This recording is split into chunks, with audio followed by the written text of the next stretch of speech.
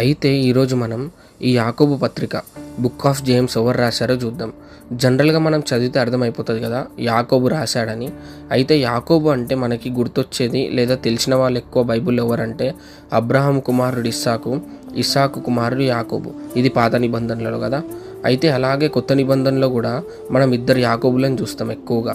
యేసుక్రీస్తు ప్రభువారి శిష్యులలో ఇద్దరిని మనం చూస్తాం. అదే పెద్ద యాకోబు, అలాగే చిన్న యాకోబు. కానీ ఈ పత్రిక రాసింది వీళ్ళెవ్వరూ కాదు. ఇది రాసింది మన యేసుక్రీస్తు ప్రభువారి తమ్ముడైన యాకోబు. అవును, మన యేసుక్రీస్తు ప్రభువారికి తమ్ముళ్ళు ఉన్నారు, అలాగే చెల్లెలు కూడా ఉన్నారు. ఇది మనము మత్తయి సువార్త 13వ అధ్యాయము 55-56 వచనాల్లో చూస్తాం. అలాగే మార్కు సువార్త 6వ అధ్యాయము 3వ వచనంలో మనం చూస్తాం. వాళ్ళ పేర్లు ఏంటంటే యాకోబు, యోసేపు, సీమోను, యూదా.